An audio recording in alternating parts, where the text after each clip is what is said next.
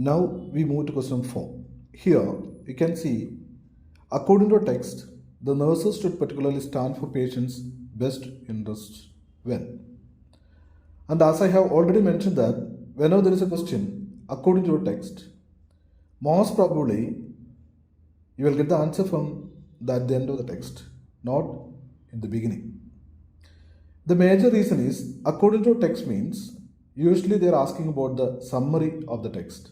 So as I have mentioned that whenever there is a summary, usually we write at the end, not at the beginning.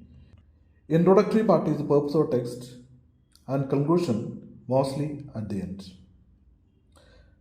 Now the options we read. So they are requested to do so by the patient. B option, decisions regarding the treatments are made. C, throughout the time of the treatment.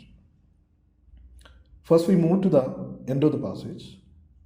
This is particularly important because patients who are unwell are often unable to comprehend medical situations and act as they usually would. It is the role of the nurse to support the patient and represent the patient's best interests at all times, especially when the treatment decisions are being made. In the sentence you can understand that this is particularly important because patients who are often unable to comprehend medical situations and act as they usually would. It means that whenever they are unable to understand the medical situations and they are unable to take proper decisions, that particular time the nurse should stand with the patient. It doesn't mean that throughout the treatment. So the C option will not be there, and mostly you can concentrate on B option, decision regarding the treatments are made. And there is no information they are requested to do so. Nobody is requested. So we move to the answer B. Now we move to question number 5. The purpose of the text is to.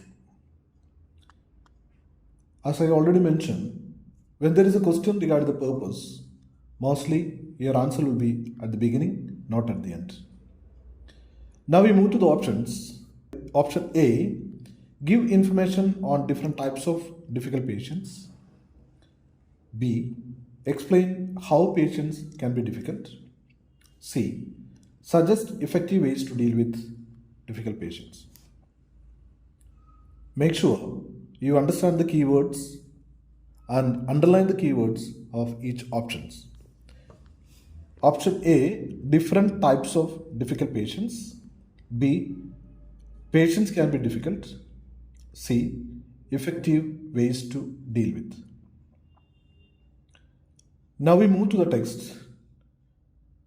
The first sentence, when dealing with the difficult patients, it helps to watch your language as closely as possible to prevent the situation from escalating.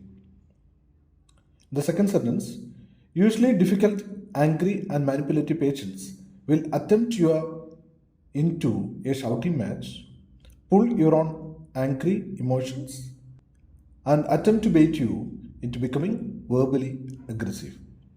The third sentence, you have to first calm yourself and take stock of your own emotions.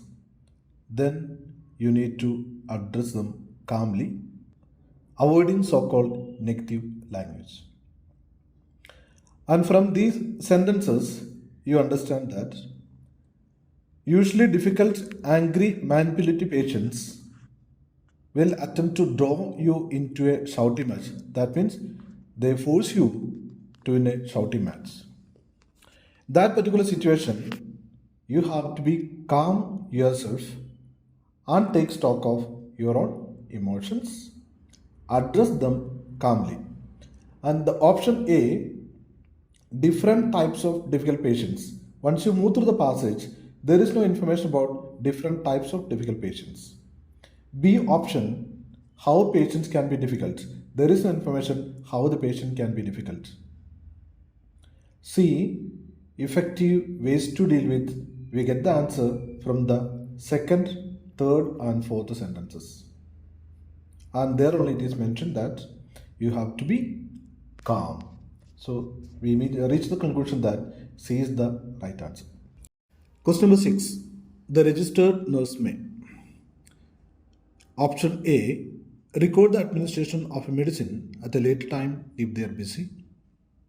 B. Allow two other nurses to administer scheduled medicine. C. Delegate any other person to check scheduled agents if they are busy. Before moving to the passage, make sure that you understand and underline the keywords properly. Option A, you need to understand administration at a later time. Option B, allow two other nurses to administer scheduled medicine.